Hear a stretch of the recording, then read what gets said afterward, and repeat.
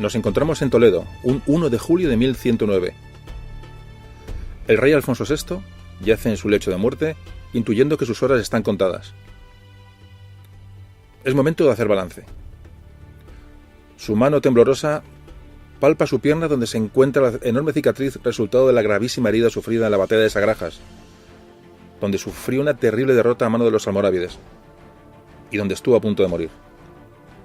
Y mientras empezó a recordar la truculenta historia de la muerte de su hermano Sancho y el juramento que le obligó a realizar aquel fiel caballero Rodrigo Díaz de Vivar. Recordó también cómo recuperó Toledo y el golpe tan duro que asestó a los musulmanes, llevando la reconquista hasta el mismísimo río Tajo. Sabía que las fuerzas almorávides habían detenido la reconquista y aquello le causaba una enorme incertidumbre. Pero sobre todo, le vino a la mente la cara de su único descendiente varón, Sancho, que siendo apenas un niño murió en la batalla de Uclés, dejando la corona sin descendiente, y de eso solo hacía un año.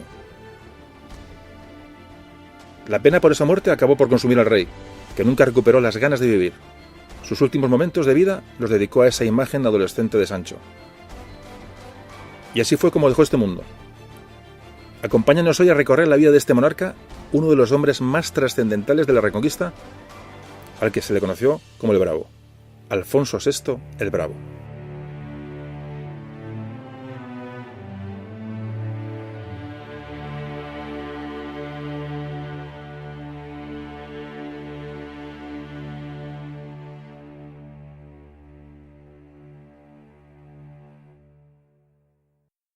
Memorias de un tambor.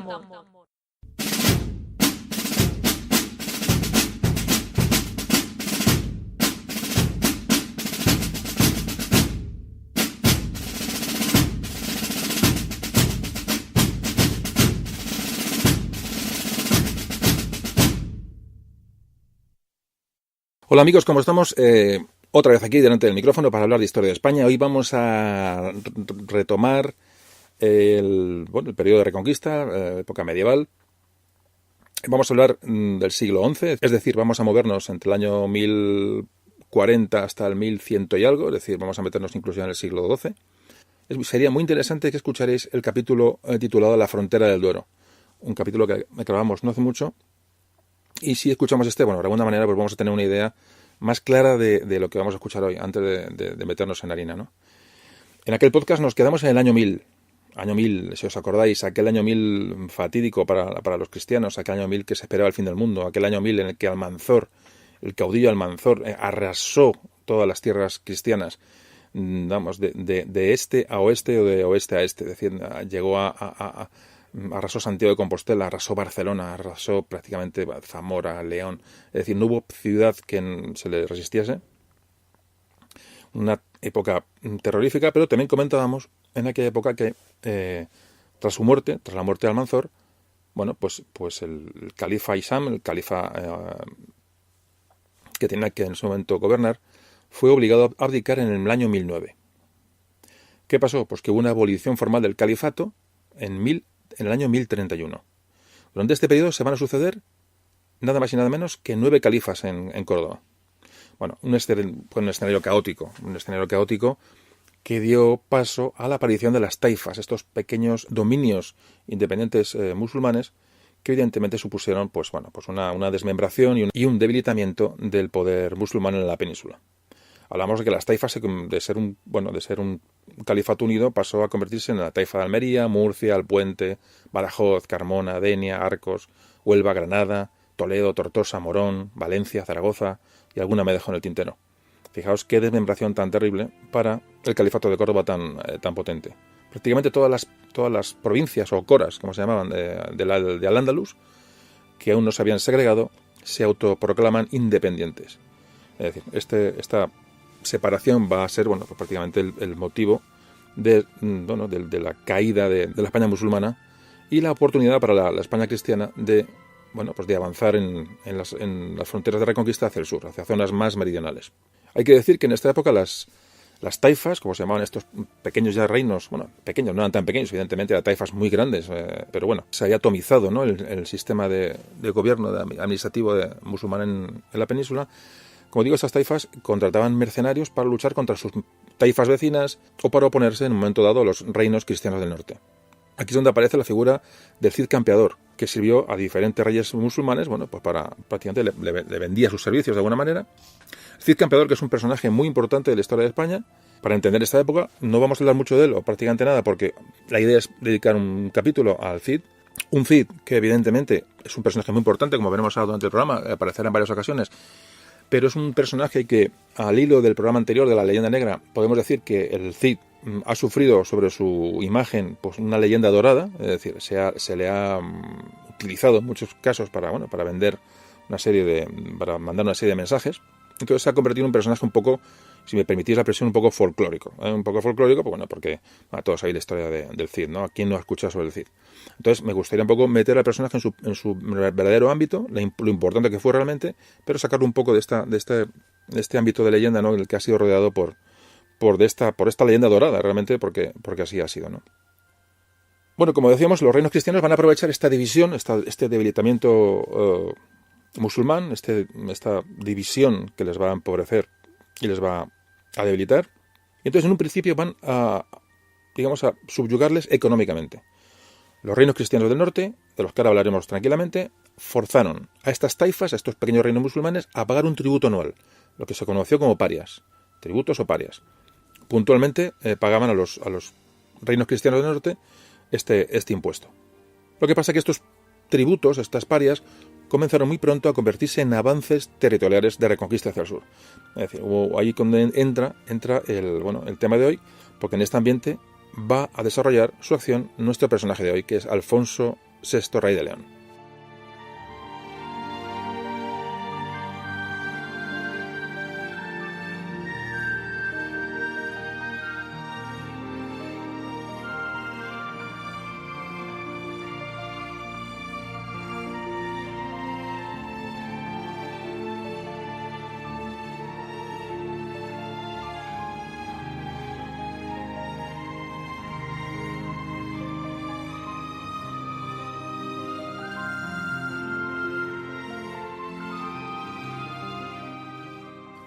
Bueno, nos metemos con el personaje. Alfonso VI de León pasó a la historia como el Bravo, rey de León, de Galicia y de Castilla. Se desconoce el lugar y la fecha de su nacimiento realmente. Según historiadores, podemos ubicarlo entre el año 1030 y el año 1040. Estamos, en comienzos del siglo XI. Parece ser que sean 2 años como posibles, el año 1037, son las crónicas de Sahagún así lo dicen, o hay otras crónicas que hablan que pudo ser en León en el año 1040. Bueno, andamos por estas fechas.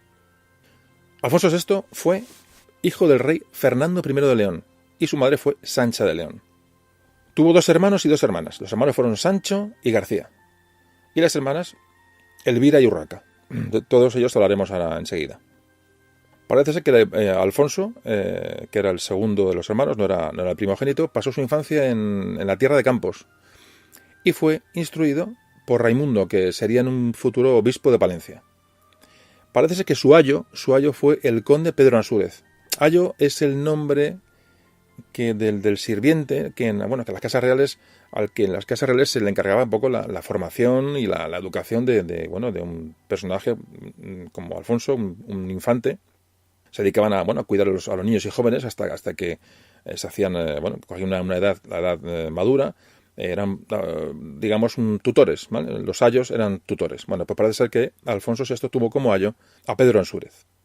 Este tema de los ayos se documenta, fijaos, he encontrado un párrafo de las 7 partidas de Alfonso X el Sabio, donde habla de los ayos. Es una imagen muy curiosa. ¿Y cómo lo define? Dice Alfonso X: siendo niños, los hijos de los reyes es menester que los guarden el padre y la madre. Pero después que fuesen mozos, conviene que les pongan ayos, que los guarden y los eduquen en su comer, en su beber, en su folgar y en su continente, de manera que lo hagan bien y apuestamente. O sea, se les instruía absolutamente en todo. Pues nos encontramos con Alfonso VI crece y va a llegar el momento de ascender al trono. ¿Qué pasó en este momento? Pues un tema importante, y es que Fernando I, rey de León, en el año 1063, mitad siglo XI, decide repartir su reino entre sus 3 hijos, entre Sancho, entre Alfonso y García. Y lo repartió de la siguiente manera. A Alfonso le dio la principal corona, a pesar de no ser primogénito. Le dio el reino de León y los derechos sobre el reino taifa de Toledo. Cuando digo derechos es los derechos de parias, los derechos de tributo sobre Toledo. Fijaos ya el dominio que ejercían los reinos castellanos sobre las taifas limítrofes. Es decir, el de Almanzor, que fue un auténtico, antes comentábamos en el podcast anterior, de la frontera del Duero, de pasar a arrasar prácticamente todos los territorios cristianos, como al dejar desmembrado el califato de Córdoba, pues la situación absolutamente se da la vuelta y ahora son los reinos castellanos los que, sin acciones bélicas de importancia, piden sus tributos a las taifas del sur, como antes comentábamos. Entonces, repito, a Alfonso VI, aparte de la corona del Reino de León, se le otorga el control sobre la taifa de Toledo, la taifa más grande y la taifa más importante, limítrofe con los reinos cristianos. Al primogénito, a Sancho, le cedió el reino de Castilla, el condado de Castilla, que hablamos también que era un incipiente condado cuando hablamos de Fernán González, de García Fernández, si os acordáis de aquel podcast, que os recomiendo que escuchéis. Y entonces se le dio el control de las parias sobre el reino taifa de Zaragoza. Y al pequeño, a García, le cedió el reino de Galicia y los derechos sobre los reinos taifas de Sevilla y Badajoz. Así repartió el reino Fernando I. A las hijas, a Urraca, se le dio la ciudad de Zamora, y a Elvira se le cedió la ciudad de Toro. Ciudades muy importantes, ciudades a orillas del Duero. Fijaos que ahora mismo estamos, concepto importante, dejamos en aquel año 1000 la frontera del Duero. Era el título del podcast. Fronteras naturales que fueron muy importantes durante la Reconquista. Pues ahora empezamos, las miras de Alfonso, las miras de los reinos cristianos, ya digo, de todos los reinos cristianos que ahora hablaremos, van a ser, pues dejar esa frontera del Duero y avanzar hacia el sur, buscando otra frontera natural que pueda fijar la línea de Reconquista en un futuro. Pues llegamos al año 1066 en el que se corona Alfonso, vamos a centrarnos un poco en Alfonso, se corona el León, como rey de León. Un año después, en el año 1067, con los 3 hermanos reinando cada uno en su zona asignada, en su reino asignado, se produce el conflicto. Fallece la reina Sancha, la madre de los 3. Y aquí comienza el asunto. Pues el mayor, Sancho, dice que el reparto que ha hecho su padre y tras la muerte de su madre que no le convence, que él es el primogénito y que reclama el trono entero para él. El tema de repartir entre los hijos era una costumbre muy, por ejemplo, muy de los reyes navarros, por ejemplo, una costumbre muy de los reyes de Pamplona. Era una norma repartir el reino entre los hijos. Sin embargo, la costumbre leonesa era que reinara el primogénito y así lo reclama Sancho. Pues las pugnas entre Alfonso y Sancho y los reinos más potentes, León y Castilla, van a llegar a un enfrentamiento bélico y los van a dirimir sus problemas en la batalla de Llantada. Llantada, a orillas del Pisuerga, justamente entre lo que era el reino de León y el reino de Castilla. Allí antes de la batalla pactan que el vencedor, se llevaría el reino del perdedor, del derrotado. Se entra en batalla y Sancho vence la batalla de Alfonso, apoyado Sancho por su hombre de confianza, por Rodrigo Díaz de Vivar, el Cid. Termina la batalla y parece ser que Alfonso no cumple el acordado. No cumple el acordado, pero no hay una ruptura de relaciones clara, es decir, hay un momento de transición. Parece que incluso luego Alfonso acude a la boda de su hermano Sancho un año después, es decir, que no hay una ruptura absoluta a pesar de la batalla. Pero esta unión, un poco artificial, tenía un motivo, y es unirse para quitarle el reino de Galicia al pequeño, a García. Aquí todo tiene un motivo. El menor, como antes decíamos, de los hijos de Fernando I. Pues dicho y hecho, en el año 1071, Sancho ataca a Galicia y derrota a su hermano García. Lo apresa, lo encarcela en Burgos y es exiliado a la taifa de Sevilla. Pues nada, Alfonso y Sancho se nombran a sí mismos reyes de Galicia y firman una paz durante 3 años. Pasan a ser los dos también, por una manera, correyes de Galicia. Llegamos al año 1072, un año después. Evidentemente las desavenencias entre los dos hermanos no iban a terminar, entre Sancho y Alfonso. Iban a desembocar en otra batalla, la batalla de Golpejera, en el año 1072, que se celebró en Carrión de los Condes, en Palencia. Sancho vuelve a vencer a Alfonso y esta vez Alfonso es apresado y es encarcelado en Burgos. De ahí es llevado al monasterio de Sagún, donde parece que se le va a obligar a convertirse a monje, se le rasura la cabeza, es decir, prácticamente Alfonso está a punto de desaparecer de la historia, pero gracias a su hermana Urraca y con la ayuda del abad de Sagún, parece que le procuran una huida y se refugia en la taifa de Toledo, aquella taifa a la que él cobraba sus tributos en su momento. Esa taifa donde el rey Al-Mamun de Toledo parece ser que tiene una muy buena relación con Alfonso. No era un obstáculo que le cobrara esos tributos para que tuvieran una buena amistad, y de hecho el rey de Toledo, el rey Al-Mamun, recibe a Alfonso, le acoge. Tenemos a Alfonso en Toledo, y desde allí Alfonso va a levantar a la nobleza de León, es decir, va a intentar una sublevación contra Sancho, contra su hermano Sancho. Aquí le apoya su hermano Urraca otra vez. Y esta sublevación va a llevar a la sublevación propiamente dicha de la ciudad de Zamora. Es decir, la ciudad de Zamora se levanta en armas y allí se hace fuerte Urraca, la hermana de Alfonso, y la hermana evidentemente también de Sancho. Es decir, ella empieza un momento bastante tenso de la historia cuando Sancho acude a sofocar la rebelión y sitia la ciudad de Zamora, con su hermano Urraca dentro. Aquí es donde es el momento de la historia que muchos conoceréis, que es el asesinato de Sancho en las murallas de Zamora. Aquí la tradición cuenta que durante el asedio, un noble zamorano, o gallego, hay dudas sobre el asunto, llamado Bellido Dolfos, se presentó ante el rey, salió de las murallas de Zamora, se presentó ante el rey Sancho como desertor, ¿no?, del bando de Alfonso y de Urraca, y cuenta la tradición, cuenta la leyenda, que con la excusa de enseñarle los puntos más débiles de la muralla y ayudarle a tomar la ciudad, se lo llevan a un apartado y de un lanzazo acaba con la vida de Sancho. No hay constancia histórica de esto fuera así, desde luego, no cabe duda. Hay quien ha dicho que la muerte de Sancho fue durante el propio asedio, una acción bélica normal de estas circunstancias, pero evidentemente tras esta leyenda que se ha creado en torno a esta muerte, pues la muerte del rey Sancho ha sido muy, mitificada por este motivo. ¿Qué ocurre al morir Sancho? Pues que muere sin descendencia y automáticamente Alfonso recupera su trono y reclama Castilla y Galicia.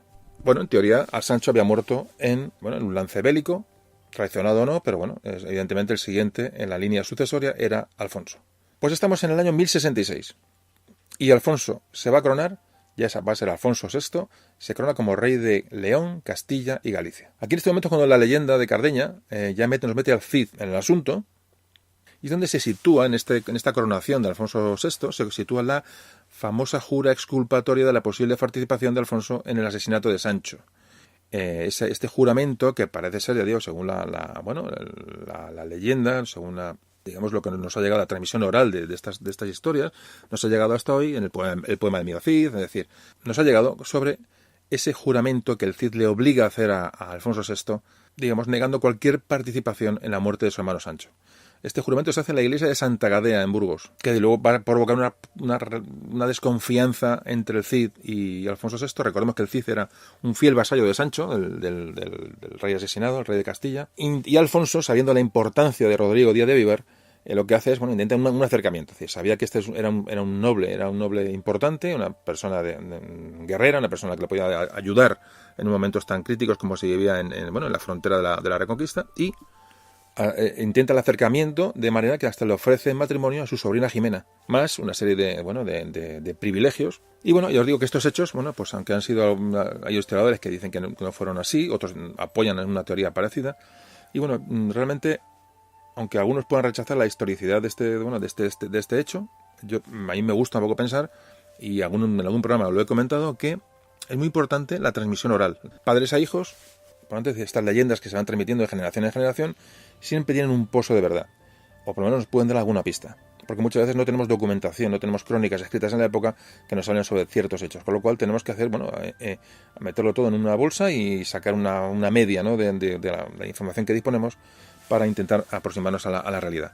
Pues sobre este hecho, que es un hecho precioso de la historia, es decir, además muy épico, muy dramático, ¿no? Hay una escena en la película El Cid, una película que se hizo en el año 1961, si os acordáis, mucho lo habréis visto. El Cid, el actor es Charlton Heston,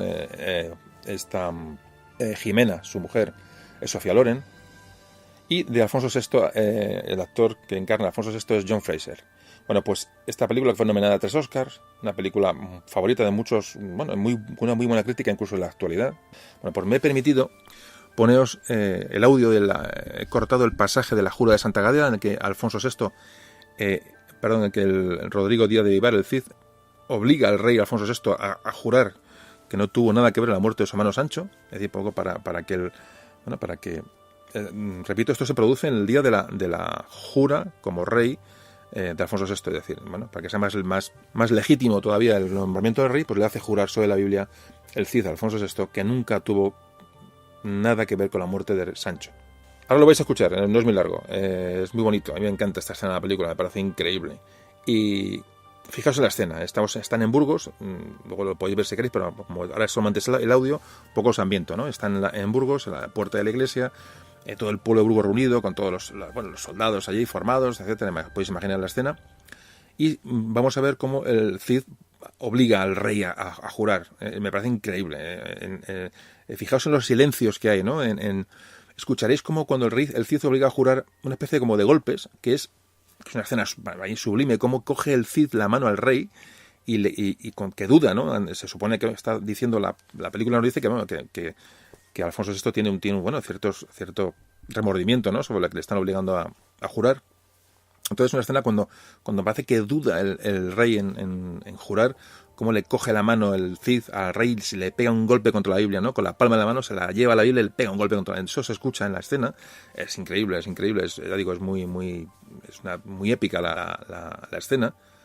Y ya digo, a mí me gusta, evidentemente, cada uno que opine lo que quiera. A mí estas cosas me gusta creérmelas porque al fin y al cabo, bueno, realmente tiene una importancia relativa, pero bueno, estos acontecimientos de leyendas orales, ¿no? De transmisión oral, el poema del Mío Cid, que sacan los juglares, lo contaron en su momento, me parecen historias muy bonitas. Ya digo, no me enrollo más, que cada uno opine lo que quiera, pero aquí os dejo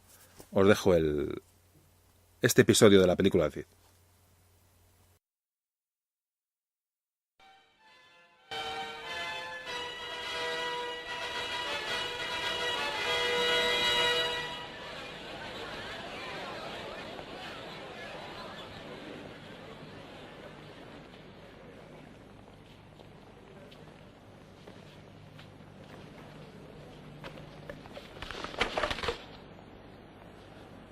Ante Dios y ante vosotros, concedo perdón absoluto a todos los que contra mí lucharon. Prometo defenderles y también ampararles, de igual modo que defiendo y amparo a quienes siempre me fueron leales.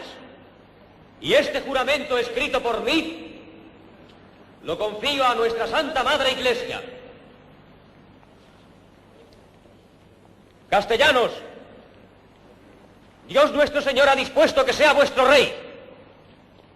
Y ahora a todos os pido que os arrodilléis en señal de fidelidad.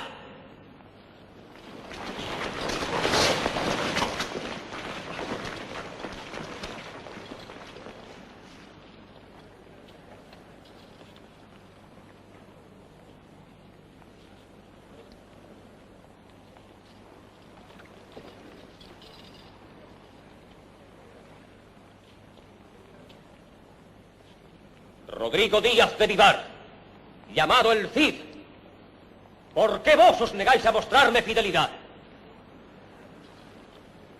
Señor, todos los aquí presentes, aunque no se atrevan a decirlo, abrigan la sospecha de que habéis tramado la muerte de vuestro propio hermano. A menos que probéis vuestra inocencia, nunca podréis contar con súbditos leales y la duda destrozará vuestro reino. Y en tanto si así no puedo juraros fidelidad, ni aceptaros como soberano.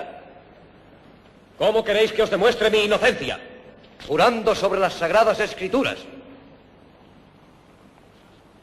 ¿Os atrevéis a decirme que jure? Señor, os lo estoy diciendo.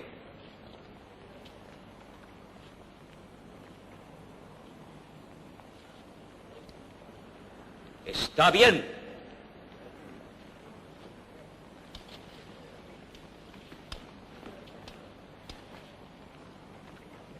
¿Juráis no haber ordenado la muerte del rey don Sancho ni haber participado directamente en ella?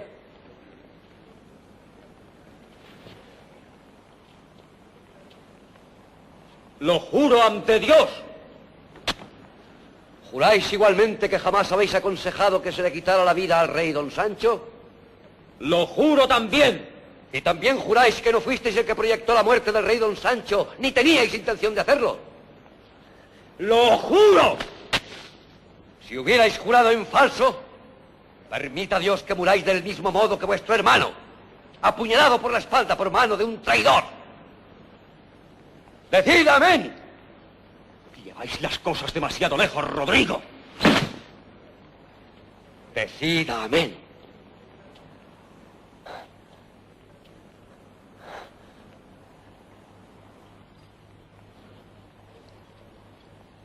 Amén.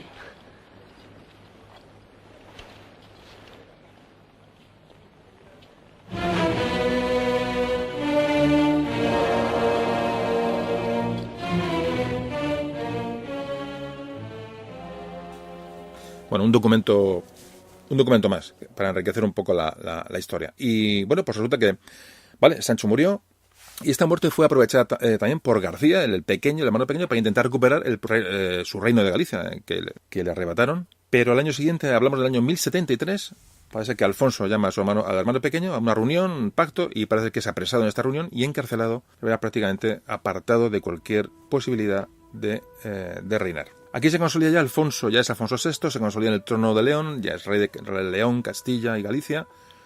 Y parece que, bueno, hay aquí una serie de dudas sobre el tema, pero bueno, adquiere para muchos el título de emperador, rey de reyes. Ya el territorio es grande, ha consolidado el reinado de su padre, de Fernando I, y ya se autoproclama emperador. Vamos a hablar un poquito nos hemos centrado un poco en León, en Castilla, en Galicia, en esta zona, la zona, digamos, occidental de la Reconquista. Prácticamente ya se están acercando al Tajo, al río Tajo, han bajado del Duero, se acercan a marchas forzadas al Tajo. Cobran esos tributos a las parias limítrofes, es decir, la cuestión está en ese punto. Y vamos a ver un poquito qué pasa al este, porque nos centramos mucho en Castilla, en León, pero al este también hay vida, también hay reconquista, también hay reinos que van creciendo, crecen más tarde, porque como hablamos en el podcast famoso de la frontera del Duero, nos encontramos con que en los Pirineos están aquellos condados, pequeños condados de origen carolingio, de Carlomagno, que los puso allí pues para protegerse de una manera de una posible invasión musulmana de Francia. Eso lo comentamos en el anterior, pero bueno, hay que repetir un poco para que entréis un poquito en materia. Los que no conozcáis esto, que imagino que no seréis muchos, pero bueno, lo explicamos. Entonces, esos condados, franco-condados, bueno, que los puso ahí Carlomagno de alguna manera como colchón, ¿no? Como marca, la palabra marca que utilizamos también en ese podcast que os comento, marca como una zona de frontera bélica, una zona donde se marca un territorio, una frontera. Bueno, pues esta marca se conoce como marca hispánica, bueno, es una serie de condados, pequeños condados, que son los que van a ir creciendo también, bueno, pues hacia el sur, más despacio que como hizo León, que hizo Castilla, pero también van a ir avanzando hacia el sur.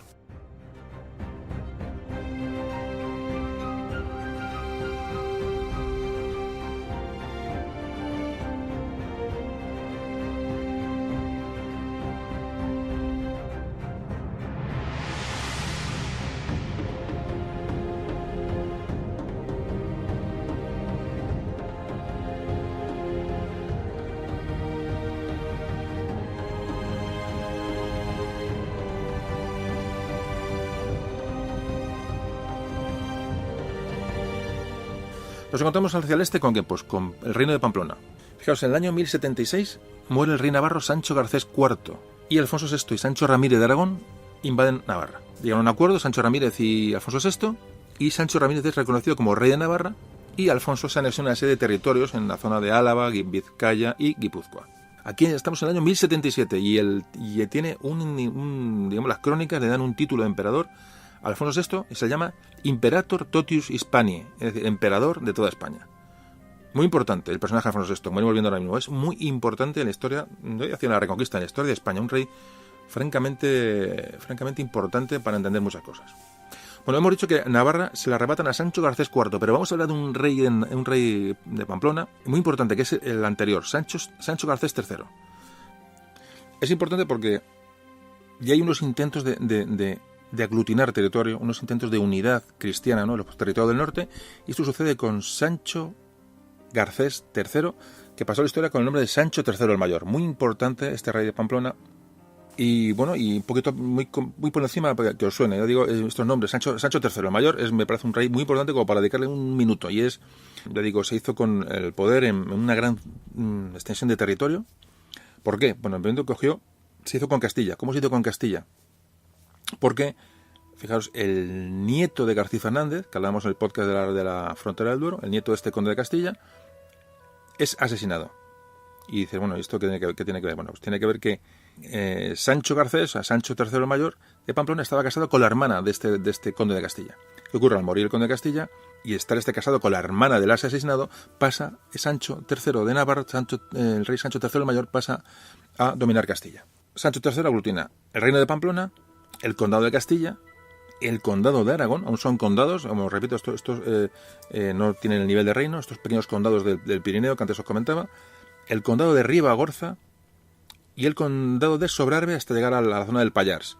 Y alguna zona en litigio con el propio Reino de León. Es decir, este Sancho III, el Mayor, este rey de Pamplona, va a tener una enorme cantidad de territorio que va el que va a intentar unificar. Ya digo, tiene una vocación de unión de esta zona, una unión a todos los niveles, que luego Sancho III va a intentar.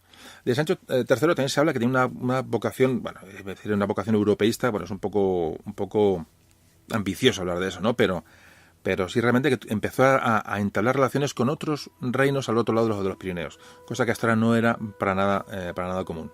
En fin, que la importancia del reino de Pamplona es importante y sobre todo quedaros con este nombre, Sancho III de Pamplona. Muy importante, muy importante. Bueno, pues seguimos hacia el este. ¿Qué pasaba en Aragón? Vamos a hablar ya un poquito de Aragón. Bueno, cuando muere Sancho Garcés III, este Sancho que vamos a hablar ahora mismo, Sancho el Mayor, según la costumbre de Navarra, se reparte el reino entre sus hijos. Castilla pasaría a Fernando I, del que antes hemos hablado, que es el padre de Alfonso VI. Pamplona pasaría a García y Aragón, Ribagorza, Sobrarbe y parte de Navarra a Ramiro I. Porque ya hablamos de esto, que veáis de dónde viene, ¿no? De esa escisión de este reino de Pamplona, que Sancho III prácticamente no pudo llevar a cabo esa unidad total. Ya se extiende con sus 3 hijos y Aragón se lo va a dejar a Ramiro I. Ramiro I va a ser considerado como el primer rey de Aragón. Ramiro I. Insisto en este paulatino crecimiento de estos pequeños condados de la marca hispánica, del Pirineo. Es decir, hay que un poco hacerse la idea. Si veis mapas de la época, alguna vez hemos colgado alguno, intentaré hacerlo otra vez en este capítulo. Veis cómo la reconquista, los avances por el este, digamos, a partir de los Pirineos es más lento, digamos, bajando hacia el Ebro es mucho más lento. Son pequeños condados que tienen poca entidad en un principio, pero cómo van creciendo, ¿no? Cómo van creciendo. Hemos hablado de Navarra, que en sí ya era, o sea, Pamplona, que era un reino, y ya digo, todos estos condados del este que hacen frontera con los Pirineos son estos pequeños territorios que van a ir creciendo más despacio. Uno de ellos era Aragón, otro era, por ejemplo, como hemos dicho, de Ribagorza, Sobrarbe, es decir, eran pequeños territorios. Y si nos vamos hacia el este nos encontramos en el extremo este de la península, nos encontramos con el famoso condado de Barcelona.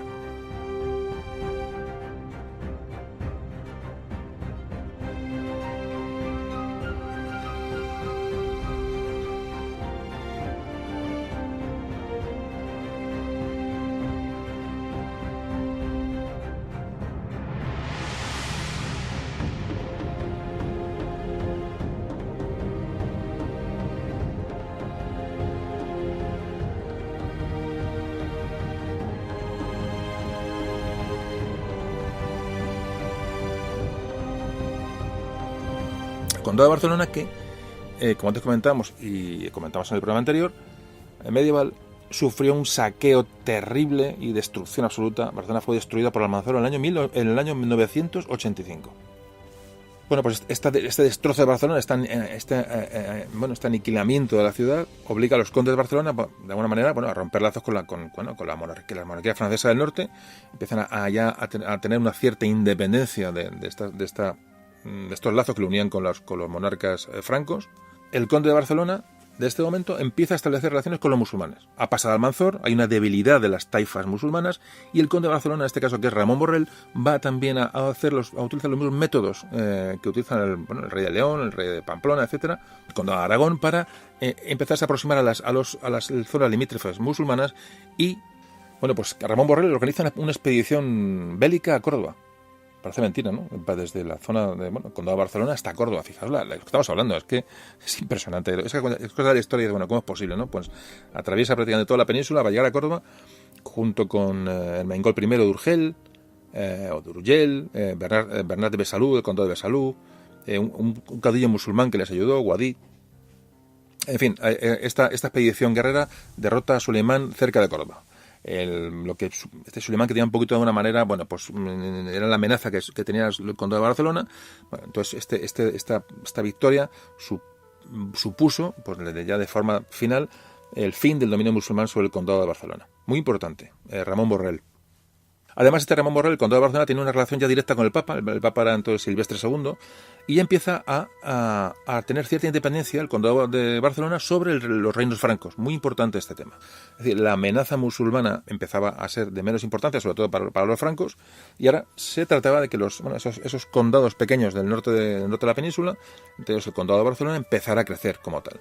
Un poquito, coger un poco la inercia o la fuerza que tenían el Reino de León, el Condado de Castilla, Navarra, etcétera, el Reino de Galicia, en fin, etcétera, etcétera. Esta expedición de Ramón Borrell a Córdoba fue un éxito absoluto, sobre todo psicológico, y también lograron provisto un gran botín en aquella expedición, que hizo posible empezar a reactivar el comercio en el condado de Barcelona. Ramón Borrell reconstruyó, todos los castillos destruidos, sobre todo, después de las racias de Almanzor. Comenzó una política de repoblación muy parecida a la que se hizo en León, la que se hizo en Aragón, la que se hizo en Galicia. La idea era repoblar las tierras desiertas y abandonadas. Es una época de afianzamiento, en este caso, del condado de Barcelona. Muy importante porque no van a avanzar militarmente, no van a recuperar territorio. De hecho, se habla que los avances del condado de Barcelona se reducen a unos pocos kilómetros, hablamos de un máximo de 20-30 kilómetros como mucho de avance territorial. Es decir, pero se dedican a consolidar la posición, a desvincularse de los reinos francos del norte y a empezar esa relación de tributos, con esa presión económica y militar también, sobre las taifas, los reinos taifas del sur, debilitados a partir de la muerte de Almanzor. En este periodo, y al final de este periodo, cuando muere Ramón Borrell, hablamos que Ramón Borrell muere en el año 1018, o al final de este periodo, ya Barcelona se ha consolidado como la cabeza, como el centro el neurálgico administrativo de Cataluña. Muy importante. Y en esta situación llegamos hasta al poder que va a ejercer sobre el condado de Barcelona Ramón Berenguer I. Ramón Berenguer I trató de consolidar este condado de Barcelona. Ya se cobraban tributos a los musulmanes del sur, es decir, ya empieza a tener una estructura mucho más sólida, y aquí empieza un poco a cambiar el formato de las leyes. Muy importante Ramón Berenguer I porque va a promulgar una serie de disposiciones legales que fueron conocidas con el nombre de las usaches de Barcelona, es decir, los usos de Barcelona, las costumbres de Barcelona, de su condado de Barcelona. La idea de esta ley de condado de Barcelona era pues poner un orden, unificar, ¿no?, todas las leyes que habían de todos los señores pequeños, señores feudales, de una manera que habían en la zona del condado de Barcelona, y unificar las leyes. Es muy importante. Estos usaches de Barcelona fueron redactados entre el 1065, entre 1066 aproximadamente. Fueron el origen de la legislación del condado de Barcelona, que luego más tarde serían mucho más perfeccionados y mucho más generalizados por Ramón Berenguer IV. Bueno, pues para terminar con este tema del condado de Barcelona, hay que decir que Ramón Berenguer I, este famoso que hemos hablado ahora mismo, que inició estas famosas leyes, estos usos de Barcelona, estas leyes, este compendio de leyes, de costumbres, a su muerte repartió el condado de Barcelona entre sus hijos, entre Ramón Berenguer II y Berenguer Ramón II, nombres prácticamente iguales. Bueno, el caso es que uno de los dos hermanos hizo asesinar al otro, directamente. Uno se llama Berenguer Ramón y otro Ramón Berenguer. Bueno, pues Berenguer Ramón hizo asesinar a Ramón Berenguer. No digo que parece un poquito de WhatsApp, pero los nombres eran así. Después de una serie de disputas, por el hecho sucesorio de unos, de otros, del asesinato, en fin, de un tema que tampoco vamos a entrar porque es un poquito tal, allí que entra también en esta decisión, digo, la importancia del Reino de León.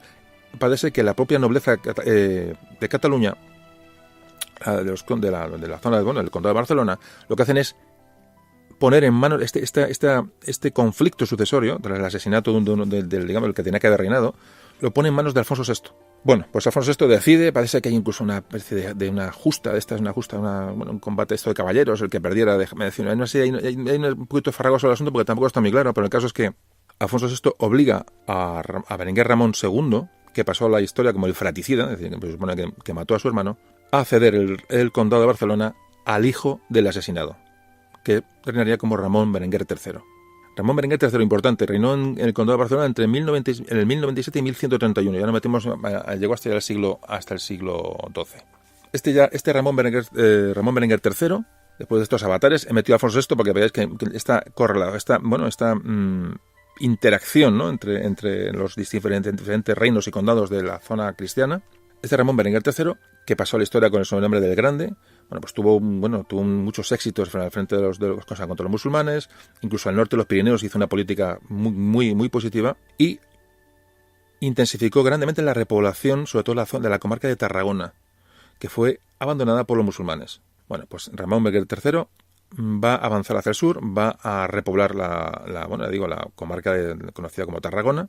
Estamos ya años poco más tarde, estamos ya cerrando el tema del Condado de Barcelona para que tengáis una noción de cómo nació de alguna manera y cuáles fueron.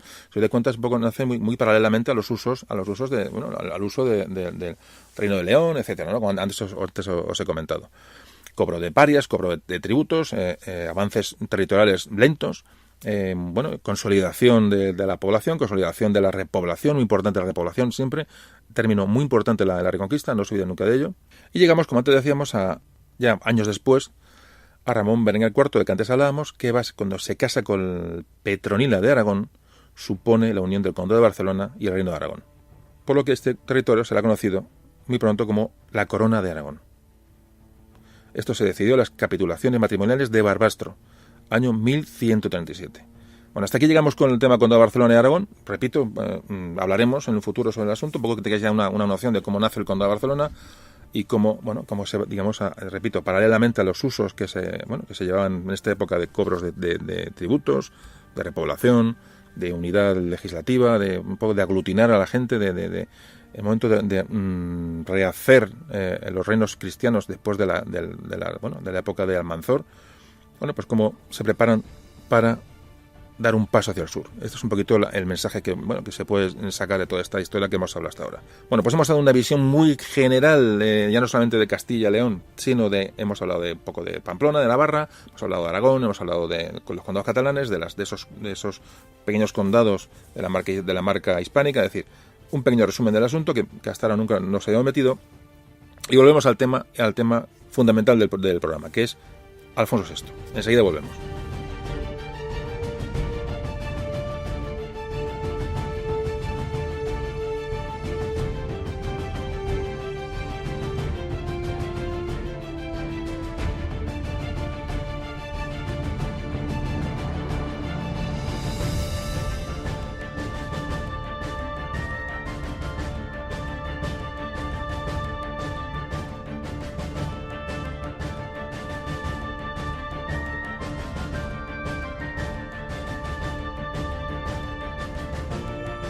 Bueno, volvemos al tema. En esencia, lo que hemos hablado hasta ahora, veis cómo estas sociedades de alguna manera se van haciendo más complejas, más van avanzando, basan su supremacía o su poder económico sobre el dominio de las taifas mediante el cobro de estos impuestos o parias.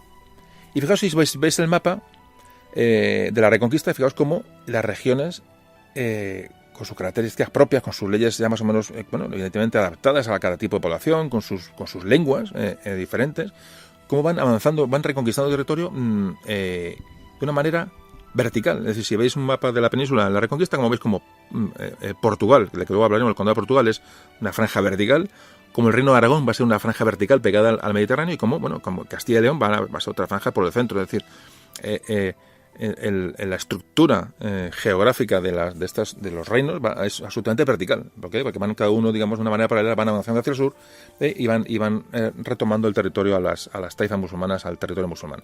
Es interesante ver esto porque llama mucho la atención, ese paralelismo, ¿no?, de la Reconquista en los usos y en las maneras de ejecutarlo de cualquier reino que había en la península.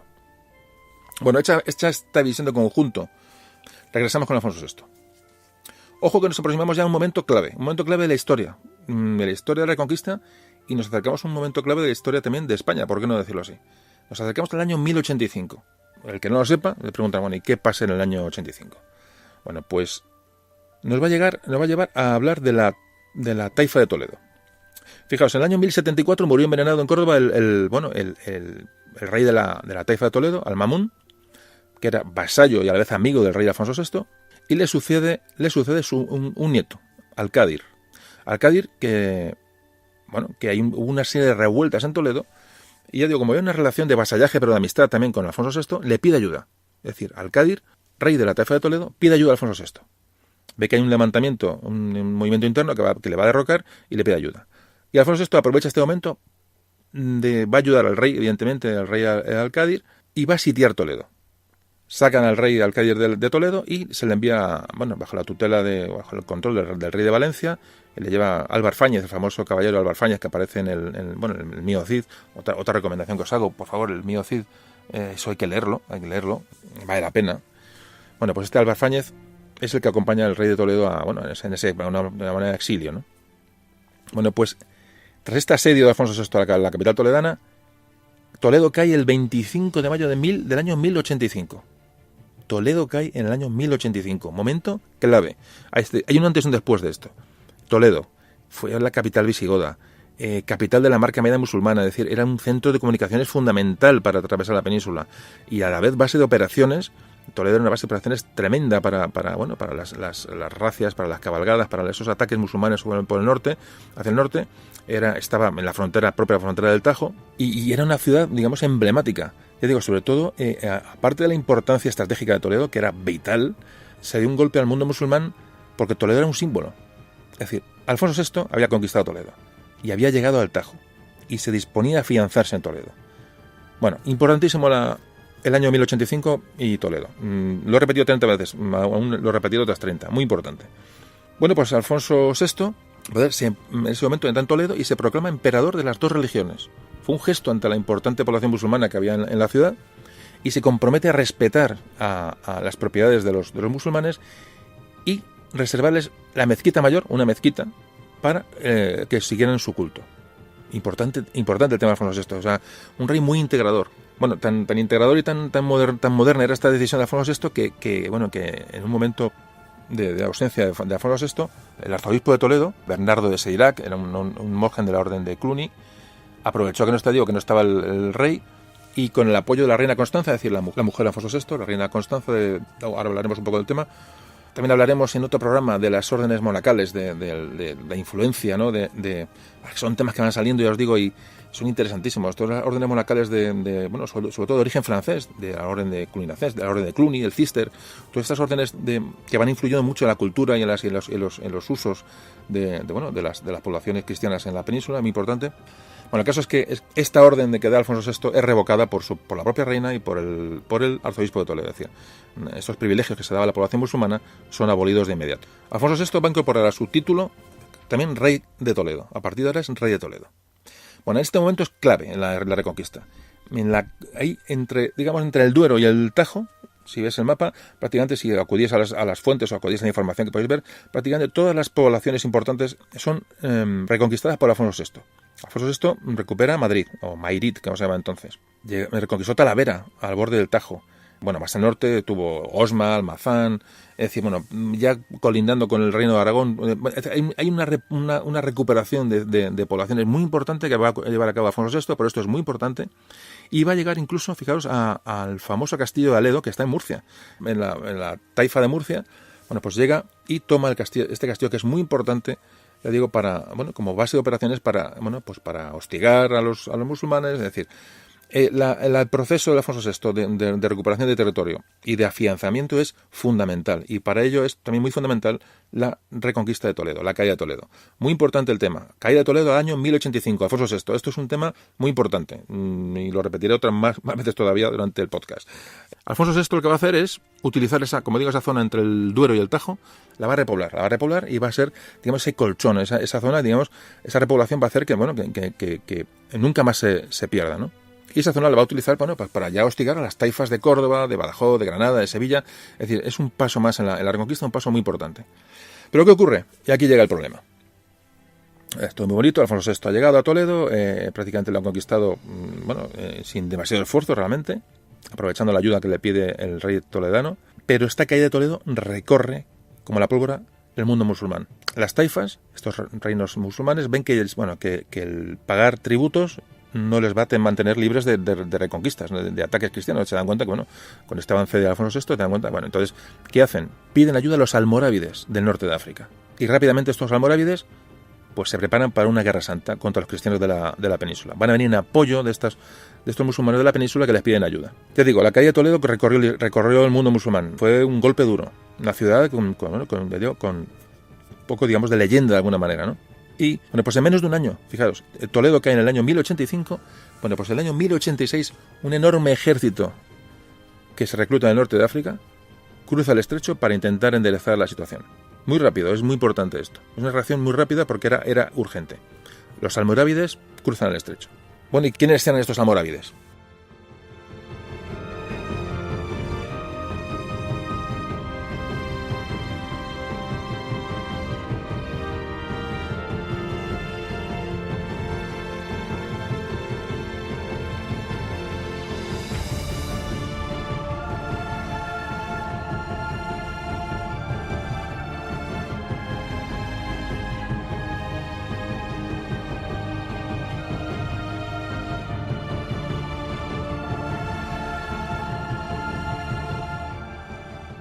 Pues eran gente que venía, digamos, de lo que se conoce como el Magreb, eran de Mauritania, lo que es el norte de Marruecos.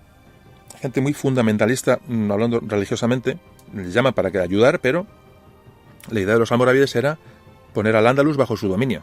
Y de alguna acabar con esa relajación de costumbres y usos religiosos que tienen esas reyes de taifas, ¿no? Esas taifas tan débiles que se han convertido en prácticamente muñecos en manos de los cristianos.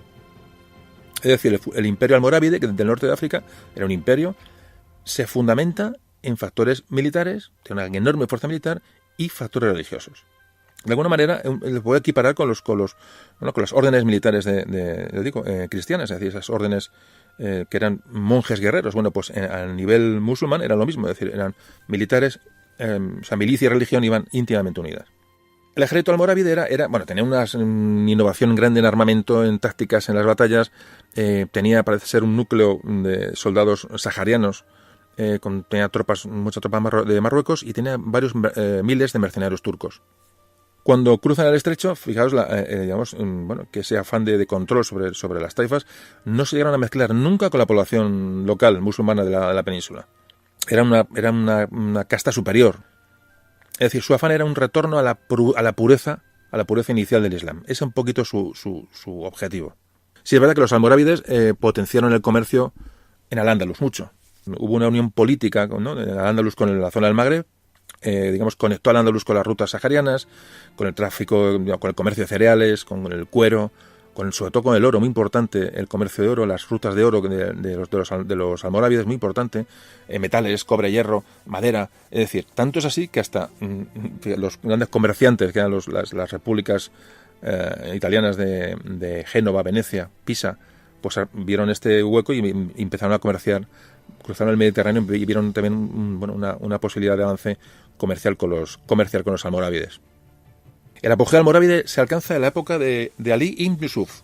Hablamos del año 1120 aproximadamente, un poquito después de la época que estamos hablando. Ahí los almorávides alcanzan su apogeo y llegan a la península. Ahora hablaremos un poquito del tema.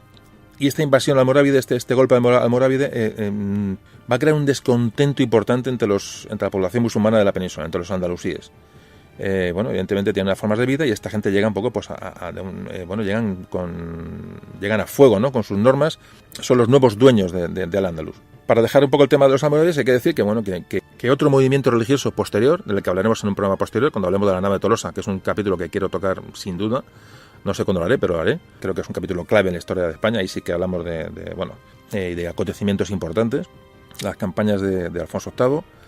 Ya llegaremos en su día. Bueno, pero como decía, este imperio almorávide será sustituido por el imperio de los almohades. Es decir, los almorávides serán sustituidos por los almohades, sobre todo también muy llevados por un movimiento religioso.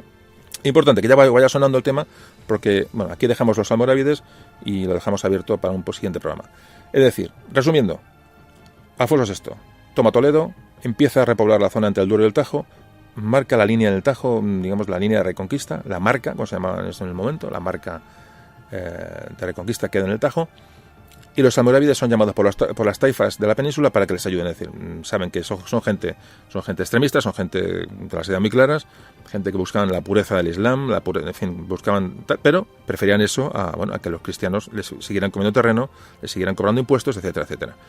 Y vamos a ver qué pasa con los almorávides cuando llegan a la península. ¿Qué ocurre?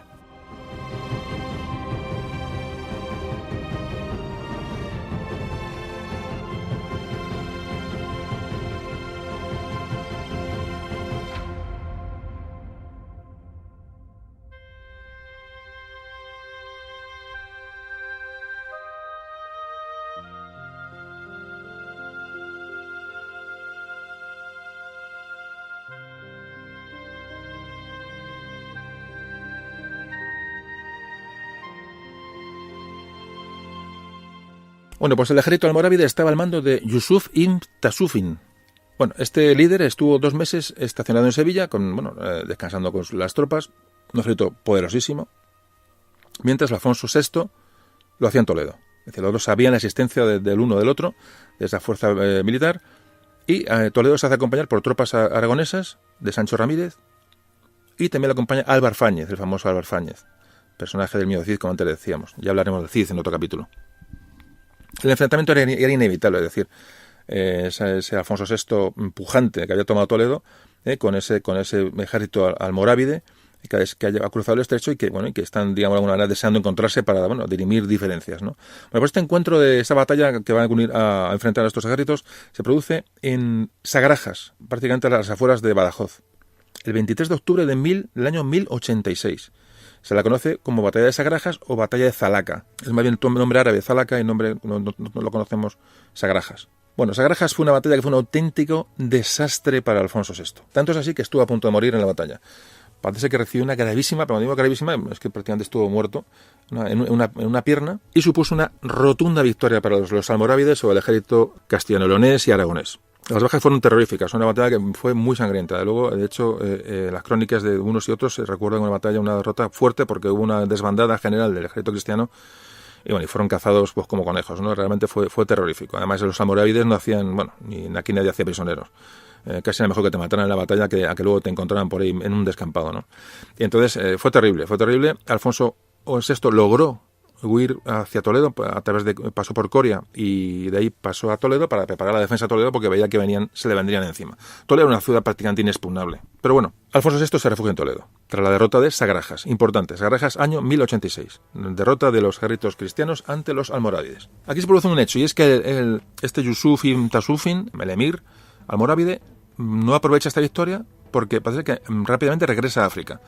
Dicen que es porque muere su hijo. No está muy claro si muere su hijo, si se lo piensa mejor, tiene miedo a avanzar. No se sabe exactamente, pero el caso es que no aprovecha la victoria de Sagrajas y regresa al norte de África. De aquí pasamos, fue un golpe fuerte evidentemente, y pasamos de alguna manera se restaura las zonas de dominio cristiano, son recuperadas por los almorávides, pero no va a aprovechar para nada la ventaja conseguida en la batalla. Estamos en el año 1086. Parece que se reconcilian de alguna manera Alfonso VI y el Cid, Rodrigo Díaz de Vivar, y Alfonso VI le cede al Cid la plaza de San Esteban de Gormaz, que era un poco la llave si me sale hecho, de la zona oriental de Castilla, ¿no? San Esteban de Gormaz. A todo el mundo aconsejo que vaya por ahí, aunque eso sea a darse un paseo. Una ciudad emblemática, ¿no? En la Reconquista y emblemática, ya hablamos de ello también en el podcast de la frontera del Duero. De hecho, San Esteban de Gormaz está a orillas del Duero. Bueno, pues ya digo, Alfonso VI cede aquella zona al Cid, se la confía para que los almorávides de alguna manera no pasen de aquella frontera. Hay miedo a la llegada de los almorávides otra vez. Y al año siguiente, el año 1087, pide ayuda, evidentemente, a los reinos francos del norte ante el ataque de los almorávides, es decir, porque además saben que la pueden recibir, los francos saben que si los almorávides arrasan la península, el siguiente paso va a ser Francia, los reinos francos. Entonces, Alfonso VI pide ayuda a los francos. Y llegan refuerzos de nobles francos y llegan nobles francos de la Casa de Borgoña. Importante, la Casa de Borgoña, porque va a ser tan importante en la historia de España.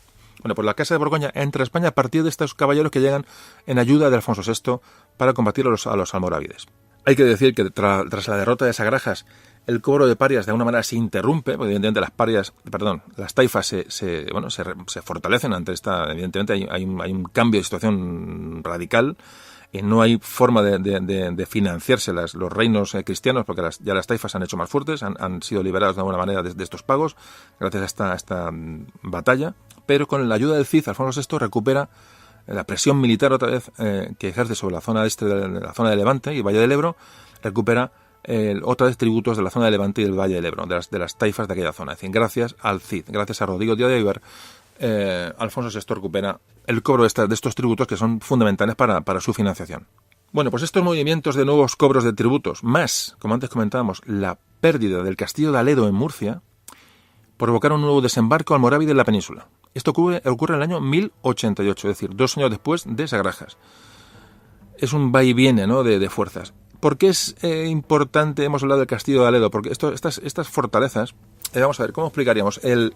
Estas fortalezas eran prácticamente inexpugnables, es decir, los asedios en los castillos eran muy complicados. Entonces estas fortalezas en tierra prácticamente enemiga, y claro que estaban en la zona de Murcia, es decir, en un castillo cristiano de Alfonso VI, en el corazón de la Murcia actual. Es decir, está muy al sur, es decir, está rodeado de musulmanes. Pero aquello no importaba. Hay muchos casos en la historia de estas fortalezas metidas en territorio enemigo, como puede ser pasó en el caso de Gormaz en el norte, que hablamos en el anterior capítulo, o por ejemplo, hablaremos posteriormente, por ejemplo, de Salvatierra. Por ejemplo, Salvatierra es un castillo que hoy está en la provincia de Ciudad Real. Cuando la frontera estaba en el Tajo, bueno, pues había un castillo cristiano mucho más al sur, a cientos de kilómetros, y ahí, bueno, había una serie de fuerzas cristianas que eran un auténtico engorro y un grano para los musulmanes, porque de ahí hacían multitud de racias, de salidas, de ataques. Y claro, y aunque les tenían rodeados, les tenían sitiados, pero era imposible tomar aquellos castillos. Bueno, pues eso pasa con el castillo de Aledo. Muy importante. Entonces, todo este nuevo de cobro de tributos, un poco después de Sagrajas, de la derrota, parece que se recupera Alfonso VI, el Cid, etcétera, todo esto en las fronteras cristianas, y toman el castillo de Aledo. Esto hace venir al ejército almorávide, otra vez. Aledo es asediada por el ejército almorávide en el año 1088. Parece que Alfonso VI al principio no acude en socorro de Aledo, y en un momento dado se decide el cerco por parte de los almorávides del castillo, y bueno, pues después de un tiempo de asedio parece que Alfonso sí que manda un ejército para intentar romper el asedio. ¿Qué ocurre? Que el emir, este famoso Intasufin, que estaba al mando de estas tropas, este asedio ya le había desgastado lo suficiente no había conseguido rendir el castillo, y además de ese desgaste parece que hay un ejército cristiano en ayuda de Aledo, con lo cual abandona el cerco y se retira. Es decir, se ha salvado un poco el segundo ataque. Bueno, no se ha salvado. El primero, de luego, con Sagrajas no se salva, pero parece que esta segunda entrada de almorávides en la península parece que es más o menos neutralizada con estos movimientos que os cuento. En este momento, con el asedio de Aledo, se consuma un poco el fin de las relaciones entre Alfonso VI y el Cid Campeador, y Rodrigo Díaz de Aybar. ¿Por qué? Porque parece que el Cid no acude al llamamiento de Alfonso VI para liberar a Aledo. A este ejército que va hacia allá, parece que el Cid se niega a participar. Como veis, Rodrigo Díaz de Aybar era un poquito por libre, por decirlo de alguna manera coloquial. Es curioso el tema. Y como os digo, personaje de Rodrigo Díaz de Aybar, al que dedicaremos un capítulo en algún momento, porque vale la pena, da para un capítulo. Como antes os decía, este Cid que llegó a formar parte de esa leyenda dorada española, y que conviene poner en su sitio, porque es un personaje fundamental, pero digamos contando las cosas realmente pues como fueron, ¿no?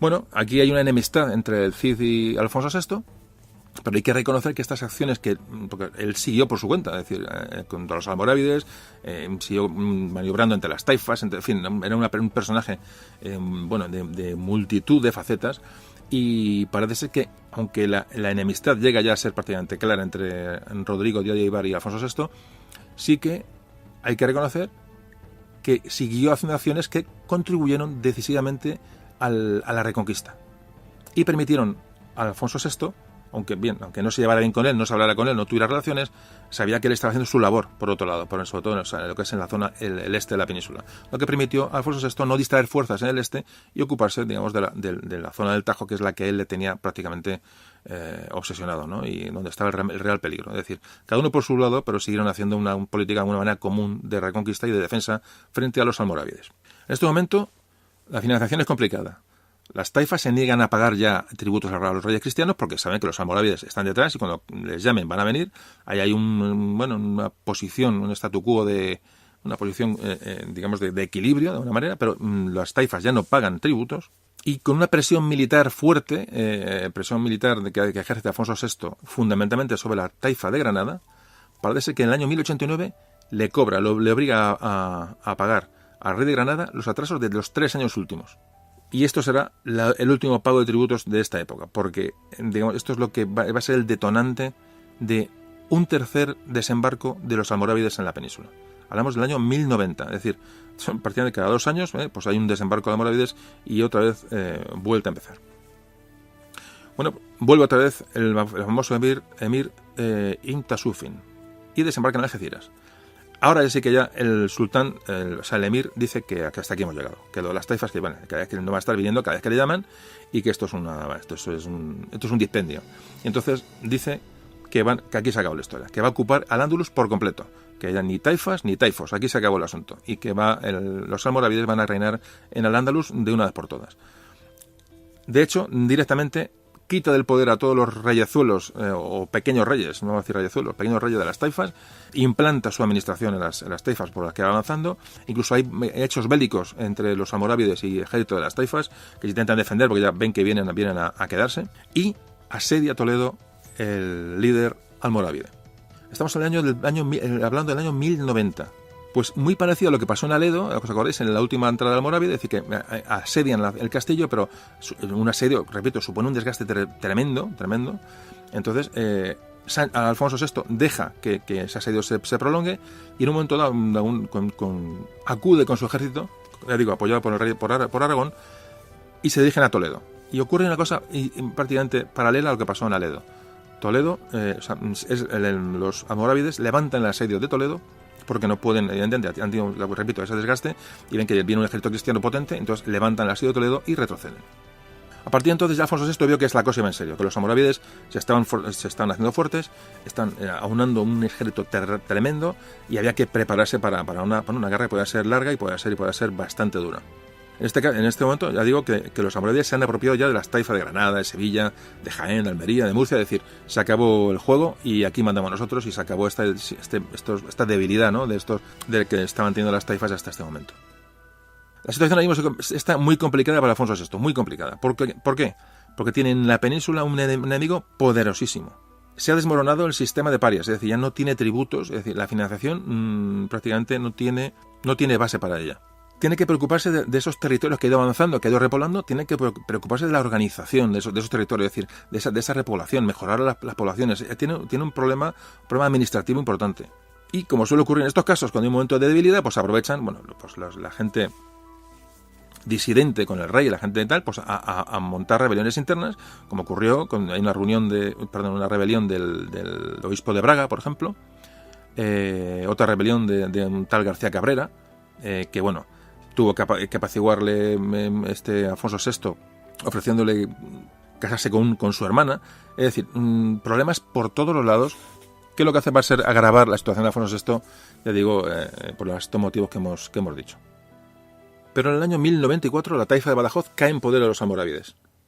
Entonces ya estamos en una frontera muy cercana a los reinos cristianos, por el oeste de la península, ya pegados al Tajo, y tenemos al sur un enemigo poderosísimo. Aquí empiezan ya una serie de problemas bélicos importantes.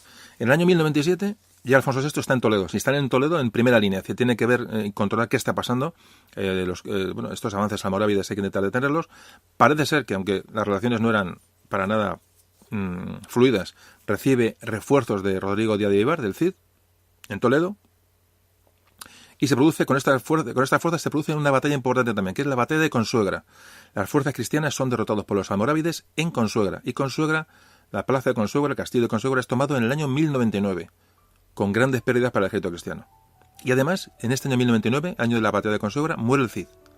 Muere una persona, yo digo, ambigua en la historia, ambigua con las relaciones con los reyes, es decir, un tema que trataremos, espero. Y a la muerte del Cid, Valencia empieza a ser ya objetivo de los almorávides, es decir, ha desaparecido el caudillo y ya ponen los almorávides la vista en la zona de Levante, en la zona de Valencia. Tanto es así que 2 años después, Valencia es asediada. Una plaza muy importante. Valencia en poder de los cristianos.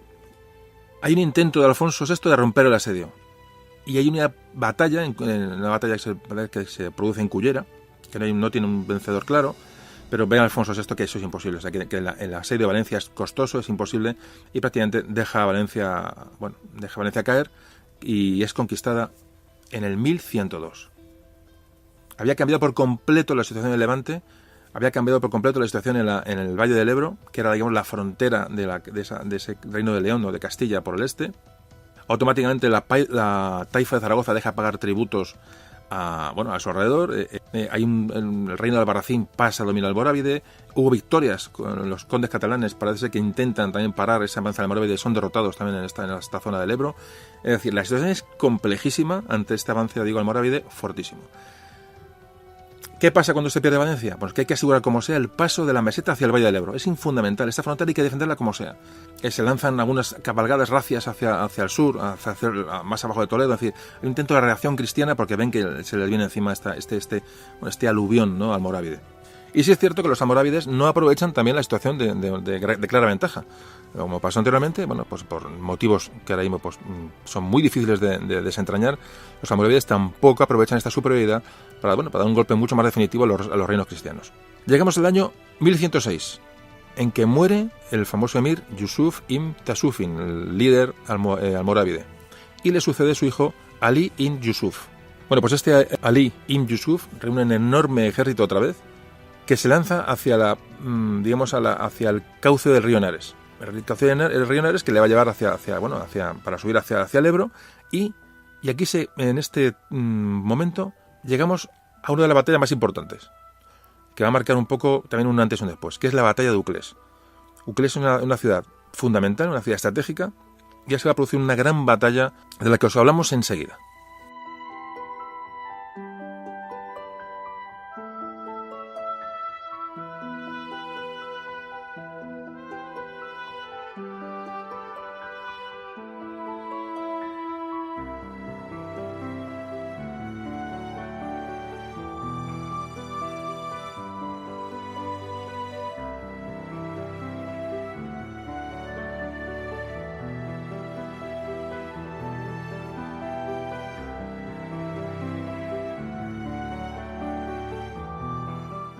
Pues también Ibn Yusuf progresa hacia el norte y sitia la plaza de Uclés, sitia el castillo de Uclés, que hoy está en la provincia de Cuenca, como todos sabéis. Estamos hablando del mes de mayo del año 1108. Automáticamente, no hay espera, los cristianos reaccionan y envían un ejército desde Toledo hacia Uclés. Pues estos ejércitos se encuentran el 29 de mayo de 1108. 29 de mayo de 1108, batalla de Uclés. Y los ejércitos cristianos sufren otra enorme derrota frente a la ciudad de Uclés. Los cercados ven cómo se acerca el ejército cristiano desde Toledo, y esperan su liberación, pero esta no se produce porque es un enorme descalabro para el ejército cristiano, para Alfonso VI. No solamente por la gran cantidad de vidas que se vuelven a perder en esta batalla, sino porque la pérdida de Uclés, que se va a producir poco después, va a hacer que los almorávides ocupen Huete, Ocaña, Belinchón, Cuenca, Alcalá de Henares, y dejan libre ese camino hacia Zaragoza, hacia la ciudad de Zaragoza, que cae en el año 1110. O sea, gran parte del trabajo hecho se pierde con esta derrota de Uclés y con este avance almorávide.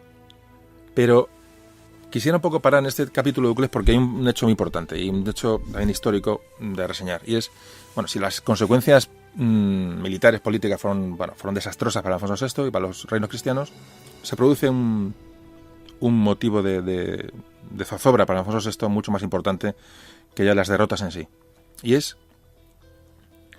que en la batalla de Ucles, el único varón heredero que tenía Alfonso VI, su hijo Sancho Alfónzez, con apenas 14 años, muere en la batalla. Pues sí. Este hecho es muy importante, es conocido, así os puedo contar un poco por encima. Cuentan las crónicas que bueno, durante la batalla parece ser que el infante, que es Sancho, parece que cae del caballo, no se sabe exactamente muy bien qué pasa, y entonces prácticamente gran parte del ejército cristiano va a proteger al infante. Es decir, hay un desorden en la batalla causado un poco por este incidente que le pasa a Sancho, al hijo de Alfonso VI. Ya digo, apenas 14 años. Iba con su ayo, el famoso ayo que te hemos hablado, ese tutor que le acompañaba, y se produce una auténtica masacre de cristianos, ya digo, en torno al infante. Se habla de que hay una zona en la zona de muy cerquita de Ucles, una zona que tengo la suerte de visitar varias veces, por mucho investigar y mucho buscar, una zona conocida como Sicuendes, que es una derivación de 7 condes. Hablan las crónicas que hubo 7 condes que intentaron defender al infante.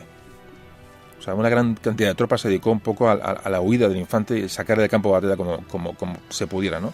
Entonces hay una zona en la que le doy cuenta las crónicas en que 7 condes dieron su vida antes de que el infante muriera. Es decir, se defendieron de los almorávides prácticamente, pues imaginaos, ¿no?, cercados, y todos murieron defendiendo al infante Sancho. En la zona que se conocía como Sicuendes o 7 condes.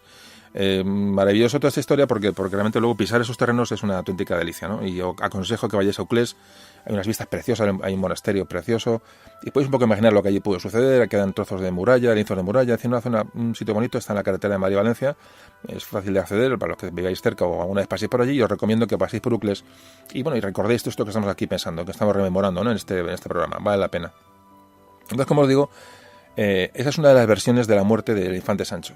Y otra versión es que huyeron hacia Belinchón, acompañados de esta pequeña guardia personal que le quedaba prácticamente de nobles, y allí, al entrar en Belinchón y buscar allí refugio, parece que la población musulmana de Belinchón parece que les asesina a todos.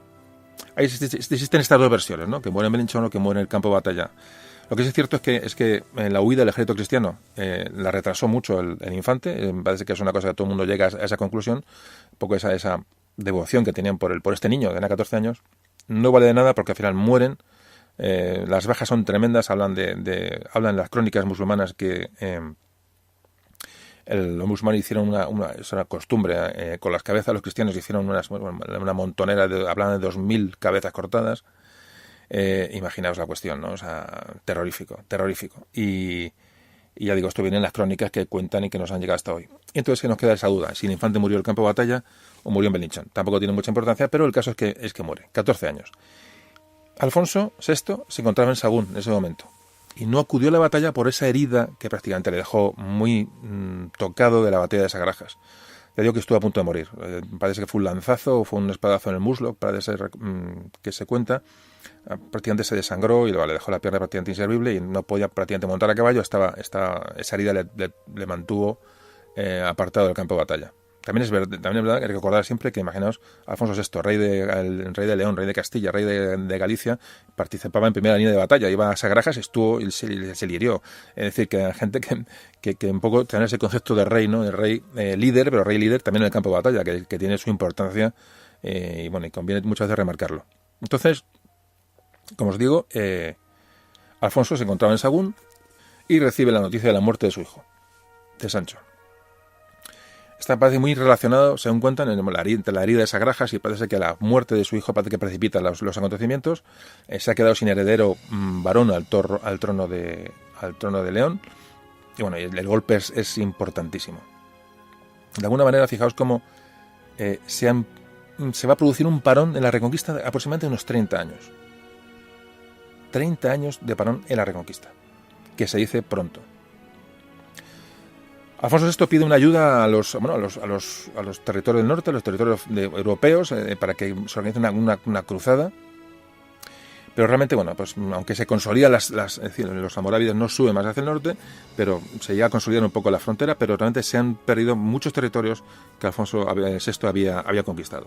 Pero se mantiene Toledo, fundamental. Toledo se mantiene y desde Toledo se va posteriormente, años después, un poco a reiniciar el proceso de reconquista con otros reyes, con otros personajes que hablaremos en otro programa, porque este proceso de reconquista pues requiere un poco no avanzar muy deprisa, porque entonces nos dejamos cosas en el tintero y no me gusta dejarme cosas en el tintero, porque ya digo, son datos muy, muy importantes. Aquí aparece un tema también muy importante, y es esta petición de ayuda de Alfonso VI, que ya se venía produciendo hacía ya años, va a propiciar la entrada en la península de un número importante de caballeros cruzados, entre los que están Raimundo de Borgoña y Enrique de Borgoña, que se van a casar con dos hijas de Alfonso VI, con Urraca y con Teresa. Estas bodas de estos caballeros cruzados que vienen en ayuda a combatir a los almorávides van a provocar, como digo, la entrada de la Casa de Borgoña en la península ibérica, y van a dar entrada a esta dinastía en los reinos peninsulares. Cuando esto ocurre, Alfonso VI,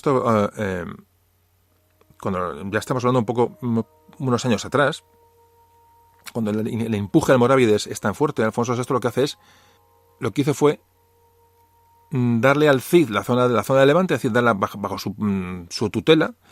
Él se queda en el centro, la zona central, la zona de Toledo, y en la zona portuguesa, la zona más zona hacia el Atlántico, esa zona se la va a dar como mando a Raimundo de Borgoña, uno de estos caballeros cruzados que se ha casado con una de sus hijas, no lo olvidemos. Una vez reparte el mando para intentar frenar ese avance almorávide, ya digo, unos poquitos años más atrás. ¿Por qué me he ido un poquito más atrás ahora?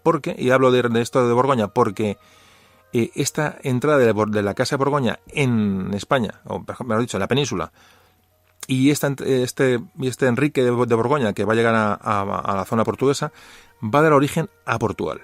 Muy importante. Vamos a hacer un apartadito y hablamos de ello enseguida.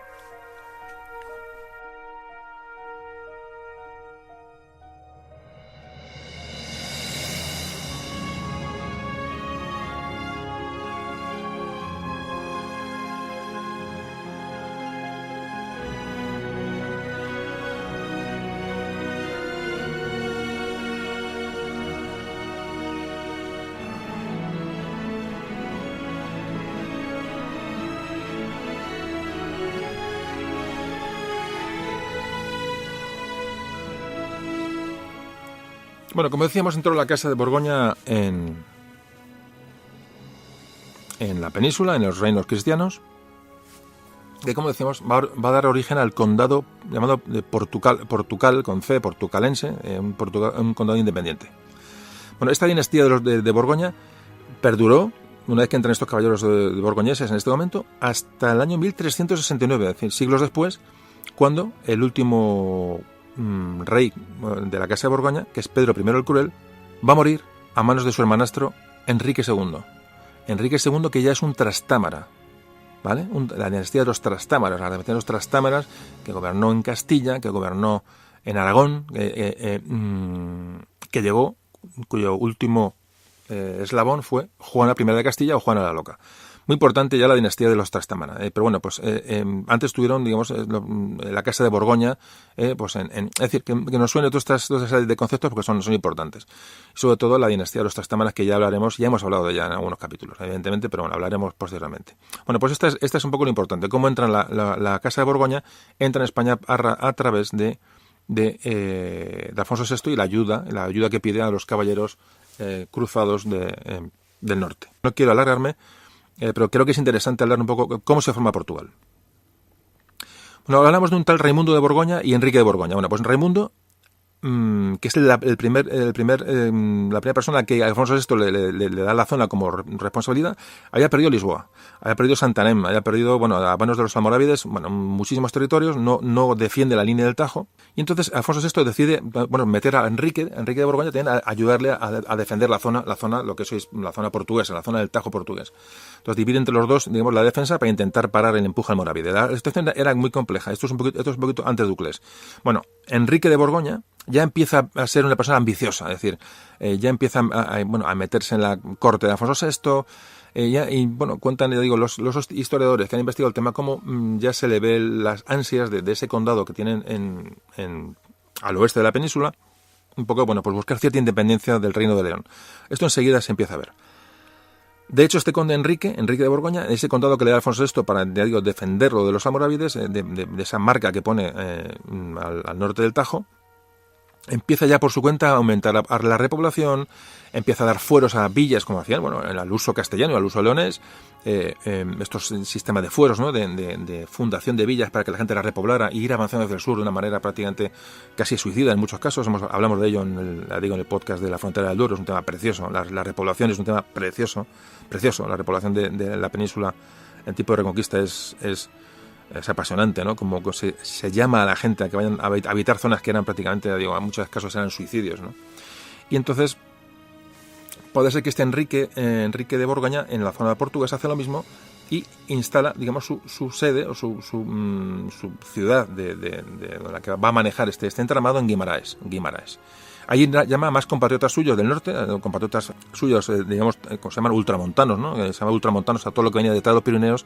Esa terminología también es muy medieval. Los ultramontanos, todo lo que venía detrás de los Pirineos eran ultramontanos. Evidentemente la gente no sabía, venía un tío rubio hablando un idioma que no conocía y esos eran ultramontanos. Bueno, pues estos ultramontanos parece que llamó Enrique a que vinieran a Guimaraes a reforzar la zona y allí fijó su vivienda. Fallece este Enrique de Borgoña. Fallece en el 1112 y pasa el condado a su viuda, a Teresa de León. Teresa, que es la hija de Alfonso VI, que lo gobernó hasta que su hijo, que en tal Alfonso Enríquez, tuviera edad suficiente para gobernar. Es decir, queda este condado ya con una identidad propia fuerte en manos de Teresa de León, hija de Alfonso VI. Pero el hijo de Teresa, Alfonso, en el año 1127, ya pasa a controlar el condado y le da la independencia. O sea, el condado de Portucalense, que se conoció en su momento, Portugal, pasa a ser un condado independiente y se produce, bueno, unos hechos bélicos contra ya Alfonso VII de León, es decir, ya hemos avanzado, hemos ido tal, en fin, bueno, hay una serie de contiendas que tampoco vas a entrar en ellas, porque tal, pero el caso es que el condado de Portugal se hace independiente y el hijo de Teresa, a la sazón, nieto de Alfonso VI, se hace con el control del condado de Portugal. Y aquí nace Portugal, en este momento. Gracias a esto, bueno, esta digamos, independencia que empiezan a coger, digamos, bueno, pues a raíz de este ataque almorávide, también se desmembre de alguna manera, ¿no? el Reino de León, y hay que atender urgentemente por zonas la defensa, y se aprovecha para a raíz de este Enrique de Borgoña, para bueno, pues crear el condado portugués, que se acabó convirtiendo en el Reino de Portugal.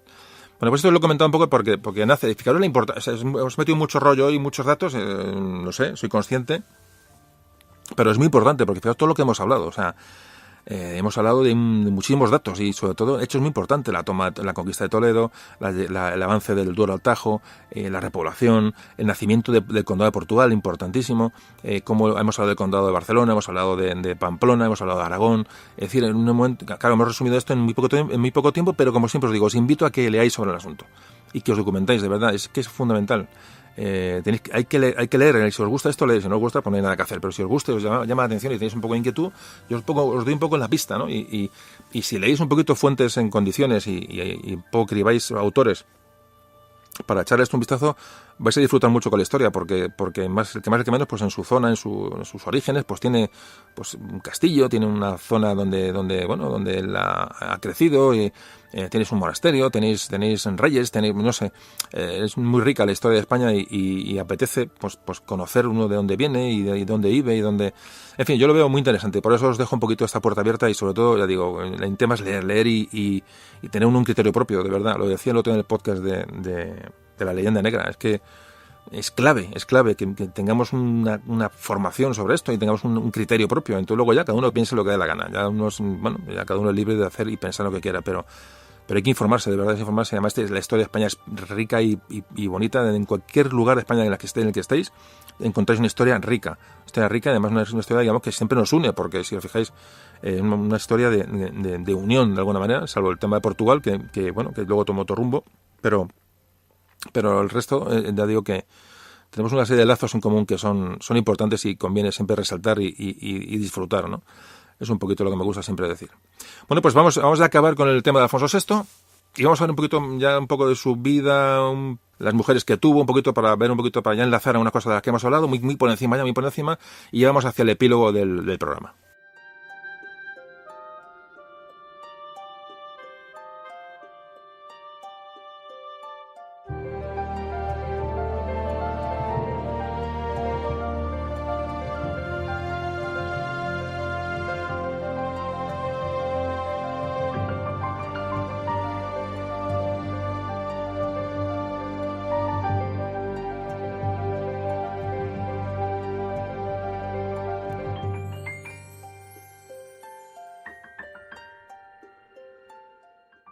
Bueno, se ha hablado mucho de los matrimonios de Alfonso VI. Tuvo una vida matrimonial agitada porque se casó en 4 ocasiones de manera legal, legítima.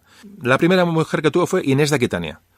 Parece que con Inés de Aquitania no tuvo hijos y parece que por ese hecho la repudió. Es decir, evidentemente, como todos sabéis, bueno, se buscan herederos y esta mujer murió. Murió muy pronto, murió a los 19 años, fijaos que muy joven, Inés de Aquitania, y está enterrada en el monasterio de Sahagún. Otra visita que también se puede hacer para ver los restos de Inés de Aquitania y por supuesto de Alfonso VI, que está enterrado allí. Una segunda mujer, Constanza de Borgoña, de la que antes hemos hablado, fue su segunda esposa. Quiso tener un hijo varón, evidentemente, para que le diera continuidad al reino, pero no tuvo hijos varones, tuvo 2 hijas, Urraca y Elvira, de la que hemos hablado antes suficientemente. Una tercera mujer, Berta, la tercera esposa. Tampoco tuvieron hijos. Tuvo una cuarta mujer, Beatriz, y con la cual tampoco tuvo descendencia. Y llegamos a la quinta mujer, esta que se habló que puede ser más bien una concubina más que una mujer tal. Era el Zaida, que era una princesa mora, hija, según algunos, del rey de la taifa sevillana. No está muy claro que fuera hija de él, pero bueno, es una teoría bastante posible. Bueno, pues con ella vivió, hacia el año 1091, y fruto de la unión con esta Zaida nació su hijo, el hijo Sancho Alfónzez, que fue el que murió en la batalla de Ucles. Y luego, fuera de esta relación, tuvo una relación con Jimena Muñoz, de la que tuvo 2 hijas, Teresa y Elvira. Bueno, pues esa Teresa fue también una relación extramatrimonial, igual que la de Zaida. Bueno, pues con esta, Jimena, tuvo 2 hijas, Teresa y Elvira. Las 2 hijas que va a casar, sobre todo Teresa, que es la madre del primer rey de Portugal, que antes hemos hablado. Es decir, bueno, son datos que olvidan, ¿vale? Tampoco tiene mucha importancia, pues, sí la tienen, evidentemente, pero bueno, ya sé que eso de nombres y tal, pues a veces un poco enrolla un poco el tema. Bueno, pues esta es un poco la historia matrimonial de Alfonso VI, que fue, como veis, bastante movida. Bueno, y ya llegamos al final del capítulo y vamos a ver un poco las consideraciones finales.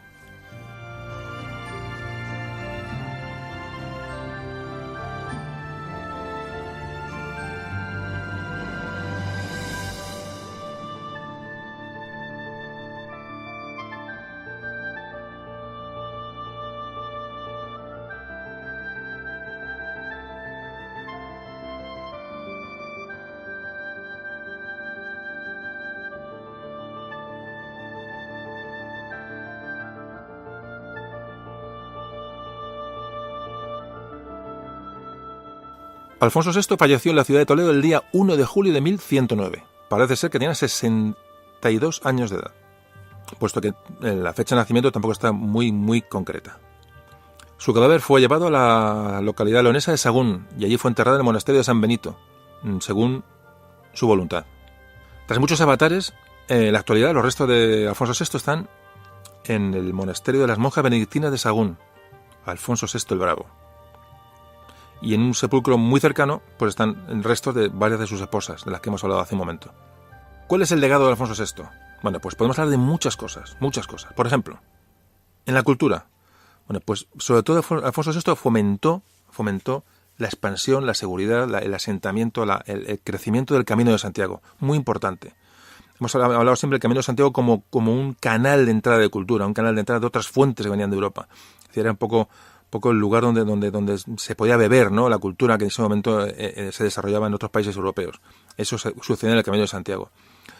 Ahí apareció la reforma cluniacense de la orden de Cluny, llegó al monasterio de Galicia, de León, de Castilla, es decir, esa corriente de que supuso el Camino de Santiago fue muy fomentada precisamente por Alfonso VI.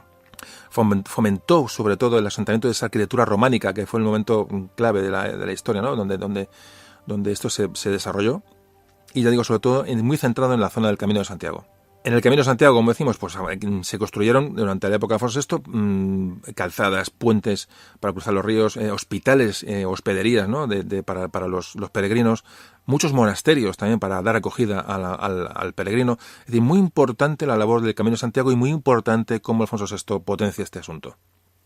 En cuanto, bueno, por ejemplo, Alfonso VI, muy relacionado con la cultura, muy relacionado, le debemos, por ejemplo, la construcción de la colegiata de Santa María la Mayor de Valladolid, impresionante. En la catedral de Santo Domingo de la Calzada es también, digamos, se construye bajo el auspicio de Alfonso VI. Pero sobre todo la obra cumbre, digamos, que se construye durante la época de Alfonso VI es la catedral de Santiago de Compostela. Fijaos lo importante, se construye bajo su apadrinamiento de alguna manera, ¿no? Y además, si podemos seguir sumando construcciones, también se construye el monasterio de Santo Domingo de Silos. Casi nada lo que hemos contado, ¿verdad? O sea, decir, no es el rey guerrero, el rey de reconquista. No, el rey es un rey que realmente se lo ocupó mucho por la cultura y mucho con la relación con el exterior, la manera de beber en fuentes diferentes. Es muy importante Alfonso VI por esto, muy importante. Cómo, según se va reconquistando y va dando fueros a las ciudades o va consolidando la reconquista y la repoblación, muy importante, va dotando de sedes episcopales religiosas a los territorios. Esto era un elemento muy cohesionador, muy importante. Evidentemente la religión iba muy unida a la sociedad en aquel momento. Y ya como hablamos antes, cómo trajo esos personajes de la Casa de Borgoña, cómo les dio mando, les dio poder, es decir, se movía bien con la gente del norte, es decir, una persona que se enriquecía con nuevas ideas.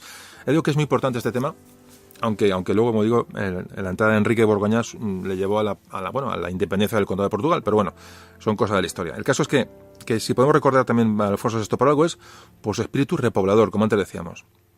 De hecho, se le ha conocido en muchos ámbitos, se le conoce como el rey poblador.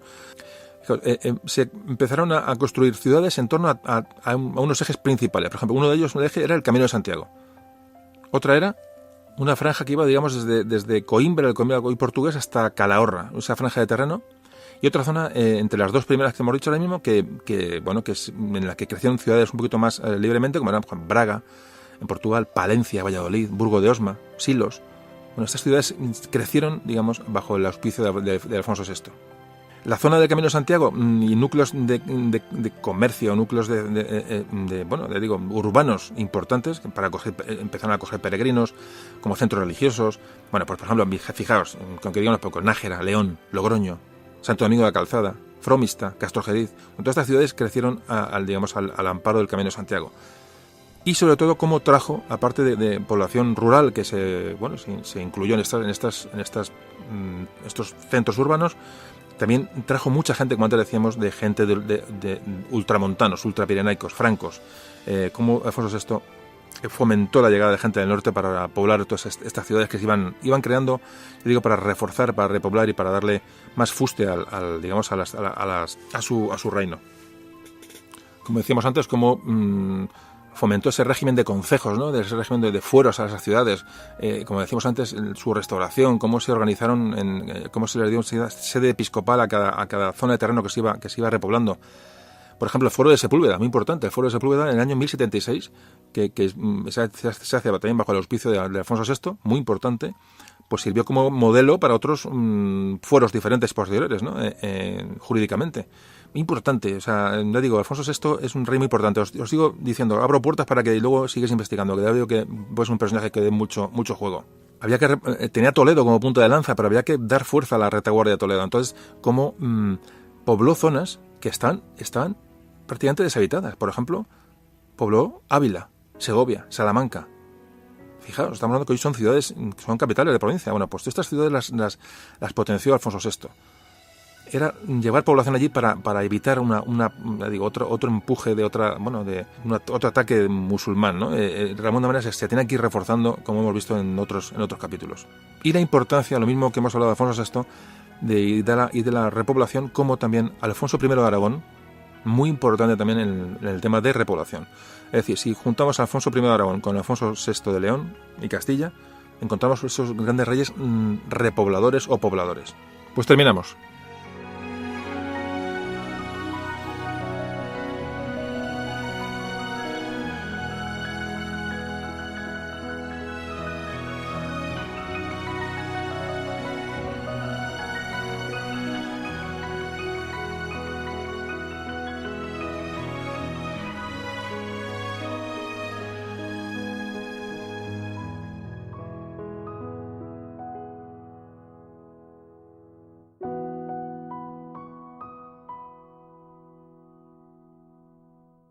Alfonso VI el Bravo, el que conquistó Toledo, el que fomentó el Camino de Santiago, el que luchó por integrar los reinos cristianos y dar una respuesta oportuna, ¿no? a ese empuje almorávide que le vino a parar su tarea, ¿no?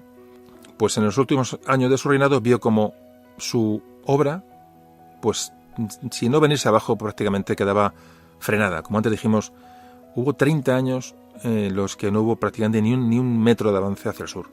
Esto ocurrió, ya digo, tras la entrada de los almorávides, sobre todo por tercera vez, tras la batalla de Uclés, fundamentalmente. Bueno, pues hoy hemos recorrido el siglo XI. Fijaos lo importante del capítulo. Hemos hablado de la unión de Galicia, León y Castilla, bajo Alfonso VI. La conversión de los condados pirenaicos en núcleos cada vez más fuertes.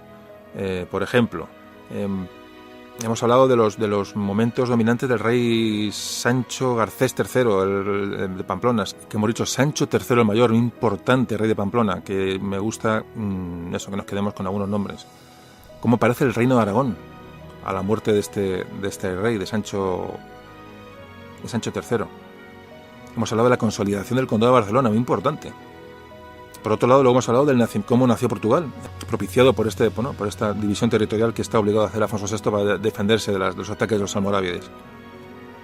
Hemos hablado de la recepción de influencias europeas a través del Camino de Santiago, fundamental, y cómo Alfonso VI lo auspició. Pero sobre todo, lo más importante, la conquista de Toledo en el año 1085. No olvides esta fecha, porque supuso el movimiento de la línea de reconquista desde la frontera del Duero a la frontera del Tajo. Hemos hablado de la batalla de Uclés, ¿no? De la muerte de este infante, es decir, de hechos bélicos, políticos, sociales, culturales, que van todos mezclados y que, como antes os decía, pues nos han hecho nación, de alguna manera, ¿no? Y pues es una historia que debemos de conocer y disfrutarla, sobre todo disfrutarla. Así que hoy, como veis, hemos hablado de España y hemos conocido a uno de los reyes más decisivos de su historia, Alfonso VI el Bravo. Gracias. Y pronto volveremos con más historia de España. Un saludo. Memorias de un tambor.